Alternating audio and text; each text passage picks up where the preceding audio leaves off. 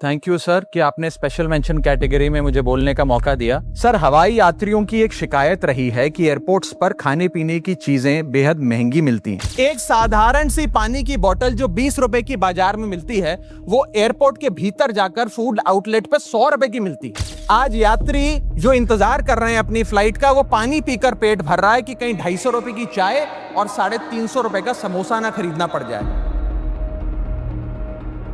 दोस्तों, मुंबई एयरपोर्ट में एक समोसा 200 रुपए में मिलता है और वही समोसा बाहर 30 रुपए में मिलता है। और इसी तरह अगर आप एयरपोर्ट में कुछ भी लो, चाहे वो डोसा हो या चाट, जो चीज 50 से 100 रुपए में मिल सकती है, वही चीज एयरपोर्ट में 300 से 500 रुपए में मिलता है। एयरपोर्ट पर एक बात कॉमन है, फूड आइटम्स की कीमतें ऐसी हैं कि आम इंसान चाय पीने के लिए भी 100 बार सोचता है। मिडिल क्लास आदमी पहले तो प्लेन की महंगी टिकट खरीदे, फिर एयरपोर्ट के अंदर 20 का पानी 300 रुपए में लेकर पिए। ये सब उसे करना पड़ता है क्योंकि एयरपोर्ट के अंदर भूख या प्यास लगी तो महंगी चीजें लेने के अलावा कभी कभी कोई दूसरा ऑप्शन नहीं होता है। Now, do you realize airport passengers पूरे इंडिया के सबसे अमीर लोग हैं। इनका average family income 18 to 25 lakh rupees होता है और ये हेल्दी खाने के लिए 500 से 600 रुपए भी आराम से दे देंगे। So this is the highest income, highest intent, zero competition, fully digital, completely captive consumer audience in the country. लेकिन फिर भी 90% एयरपोर्ट का खाना ना हेल्दी होता है ना टेस्टी। तो सवाल ये है कि जब इंडिया के सबसे एफ्लुएंट लोग खाना खाने के लिए पैसा खर्चा करने को रेडी होते हैं, उनके लिए एयरपोर्ट में हेल्दी खाना क्यों नहीं होता? जब इंडिया में इतने हेल्दी और टेस्टी खाना बनाने वाले ब्रांड्स हैं, तो वो एयरपोर्ट में टिक क्यों नहीं पाते? And what exactly is going wrong with the Indian airports? दोस्तों, ये चैनल ज़ेरोदा और थिंक स्कूल का एक जॉइंट इनिशिएटिव है जिसके माध्यम से हम भारत को वर्ल्ड क्लास बिजनेस की स्टडीज पढ़ाना चाहते हैं। तो अगर आप भी बिजनेस सीखना चाहते हो तो प्लीज़ इस चैनल को सब्सक्राइब करो। आपके लिए तो ये फ्री है, लेकिन हमारे लिए ये बहुत बहुत ज़रूरी है। दोस्तों, इंडियन एयरपोर्ट्स के दो मेजर टाइप्स ऑफ रेवेन्यू होते हैं, एरोनॉटिकल रेवेन्यू और non aeronautical revenue. Aeronautical revenue में आते हैं landing fees, parking fees, passenger security charges और एरो ब्रिज फीस, जो एयरपोर्ट कलेक्ट करती है एयरलाइंस और पैसेंजर्स से। पैसेंजर्स से जो रेवेन्यू कलेक्ट होता है उसे कहते हैं UDF और यूजर डेवलपमेंट फीस, जो आपके टिकट में इंक्लूडेड होती है। तो दिल्ली में ये फीस है 129 रुपीज टू 800 रुपीज, मुंबई में ये फीस है 175 रुपीज टू 695 रुपीज और बैंगलोर में है 550 to 1500 rupees depending on domestic, international, economy और business class. Non aeronautical revenue में आते हैं retail, duty free, advertising, parking और फूड रेवेन्यू। तो ये है एयरपोर्ट के दो मेजर स्ट्रीम्स ऑफ रेवेन्यू। अब एरोनॉटिकल चार्जेस के साथ प्रॉब्लम यह है कि भारत सरकार बोलती है कि आप एयरलाइंस और पैसेंजर्स को एक लिमिट के आगे चार्ज कर ही नहीं सकते, क्योंकि भारत सरकार का ये मानना है कि एयर टिकट पैसेंजर्स के लिए जितना सस्ता हो उतना ही एयर ट्रैवल बढ़ेगा और इकोनॉमी को फायदा होगा, विच इज राइट। और एरोनॉटिकल रेवेन्यू से एयरलाइंस का खर्चा बढ़ता है और इवेंचुअली पैसेंजर्स के टिकट्स महंगे हो जाते हैं। तो सरकार एयरपोर्ट से कहती है कि आप एयरलाइन और पैसेंजर से ज्यादा पैसा नहीं ले सकते, सो इट इज कैप्ड। तो अगर आप इसमें देखो तो दिल्ली एयरपोर्ट का सिर्फ 20% रेवेन्यू एरोनॉटिकल रेवेन्यू से आता है और मुंबई एयरपोर्ट का सिर्फ 38% रेवेन्यू एरोनॉटिकल रेवेन्यू से आता है। और नॉन एरोनॉटिकल रेवेन्यू के लिए सरकार का कोई कैप है ही नहीं, तो एयरपोर्ट्स नॉन एरोनॉटिकल सोर्सेज को जितना मर्जी चाहे उतना चार्ज कर सकते हैं। और यहीं पर दोस्तों एयरपोर्ट्स मजबूर होकर आपके समोसे का 200 रुपए लेते हैं। Let's understand how. दोस्तों, अगर आप एयरपोर्ट बिल्ड और रन करने का कॉस्ट देखोगे ना तो आपका सर चकरा जाएगा। और जो लोग ये कहते हैं कि अडानीज एयरपोर्ट को बनाकर बहुत पैसे कमा रहे हैं, ये सुनो, मुंबई, दिल्ली, बैंगलोर, ये तीनों एयरपोर्ट्स भारत के सबसे बिजी एयरपोर्ट्स हैं। यहाँ हर चीज परफेक्ट है, यहाँ पैसेंजर्स की कोई कमी नहीं है। सारे एयरपोर्ट्स में कम से कम 4 से 8 करोड़ का फुटफॉल है और यहाँ इंटरनेशनल पैसेंजर्स की भी कोई कमी नहीं है। इनफैक्ट दिल्ली एयरपोर्ट का जो रेवेन्यू है that is increased from 4,805 crore to 5,433 crore, which is a 628 crore increase in just 1 year. लेकिन फिर भी उनके लॉसेस सिर्फ एक्सपेंशन की वजह से 181 करोड़ से 976 करोड़ पर पहुंच गए हैं।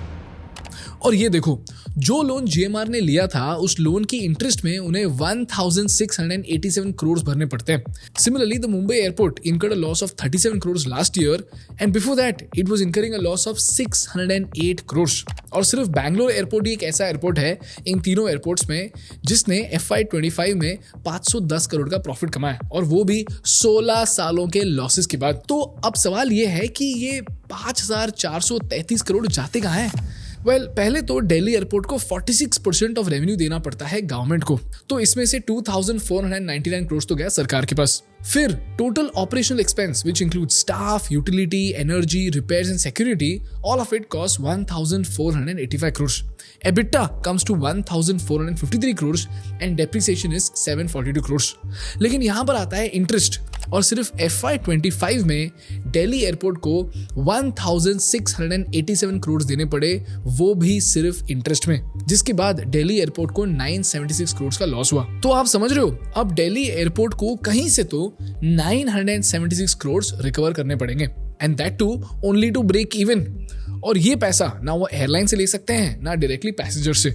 इनफैक्ट आज भी अगर दिल्ली एयरपोर्ट पर पैसेंजर 200 रुपीज भी एक्स्ट्रा चार्ज कर ले तब भी दिल्ली एयरपोर्ट 8 करोड़ पैसेंजर से 1600 करोड़ रुपए कमा सकती है. तो do you realise Delhi airport can simply charge 200 rupees and become profitable. लेकिन यहां पर सरकार का रेस्ट्रिक्शन है. तो जीएमआर क्या करता है? जीएमआर एयरपोर्ट के हर स्क्वायर मीटर एरिया से रेवेन्यू कमाने की कोशिश करता है और यहीं पर दोस्तों फूड आउटलेट्स का स्ट्रगल शुरू होता है. सोचो अगर आप 900 करोड़ के लॉस में हो और आपको आपके एयरपोर्ट के लिए वेंडर्स चूज करने हो तो आप क्या करोगे? क्या आप ये सोचोगे कि कौन सा वेंडर मुझे इंडिया का बेस्ट बिरयानी देगा या सबसे फ्रेश बिरयानी देगा या सबसे हेल्दी बिरयानी देगा? बिल्कुल नहीं. आप बस ये सोचोगे कि आपको सबसे ज्यादा पैसा कौन सा ब्रांड दे सकता है. And that is exactly what happens with most Indian airports. India के हर एयरपोर्ट के चार्जेस अलग अलग होते हैं, लेकिन ज्यादातर केसेस में या तो आपसे फिक्स्ड मिनिमम गारंटी लिया जाएगा या आपके रेवेन्यू का एक हैवी परसेंटेज शेयर लिया जाएगा. और अगर आपके सेल्स कम हो गए तो आपसे मिनिमम गारंटी तो लिया ही जाएगा. अब मुंबई और दिल्ली के नंबर्स मिलना बहुत मुश्किल थे क्योंकि वेंडर टू वेंडर ये नंबर्स वेरी होते हैं और काफी चीजें कॉन्फिडेंशियल होती हैं. लेकिन हमें पुणे एयरपोर्ट के नंबर्स मिले क्योंकि पुणे एयरपोर्ट के numbers airport authority of India publish करती है.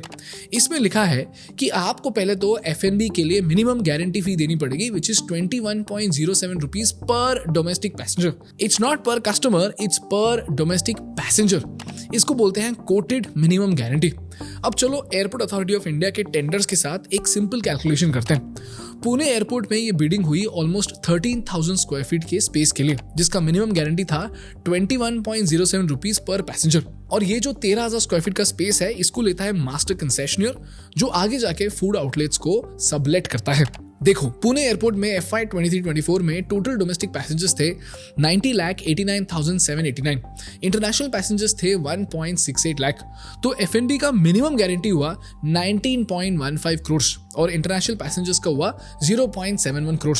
अब आप ये सोच के देखो कि मास्टर कंसेशनियर को देना पड़ेगा मिनिमम 19 करोड़ रुपीस चाहे वो प्रॉफिट कमाए या ना कमाए. और ये मास्टर कंसेशनियर आगे फूड आउटलेट्स को अपना स्पेस सबलेट करता है. और 13,000 स्क्वायर फीट में अगर वो 10 आउटलेट को 10% का मार्जिन रखकर भी सबलेट करें तो एक 1300 स्क्वायर फीट के आउटलेट के लिए उस कंपनी को देना पड़ेगा 2 करोड़ रुपए. और ये एवरेज नहीं है, ये है मिनिमम गारंटी फी. इसके आगे एक्चुअली बिडिंग शुरू होती है जिसमें जो भी हाईएस्ट गारंटी पर पैसेंजर कोट करेगा उसको टेंडर मिलेगा जिसके आगे वो अपना मार्जिन लगा के फूड आउटलेट्स को सबलेट करेगा. अब आप ये सोच के देखो अगर पुणे में ये कॉस्ट इतना ज्यादा है तो मुंबई या दिल्ली में इनका कॉस्ट क्या होगा? मुंबई के टर्मिनल 2 में 3.5 से 4 करोड़ पैसेंजर्स आते हैं. मुंबई जैसे एयरपोर्ट्स में या तो आपको एक फिक्स्ड फी देना पड़ेगा जो कि ऑब्वियसली 2 करोड़ से ज्यादा होगा इन माय जजमेंट, या it is 30 to 35% of revenue according to my sources. Now do you realise restaurant business में अगर आपका रेंट आपके रेवेन्यू का 12 से 18% हो तो उसको हेल्दी माना जाता है.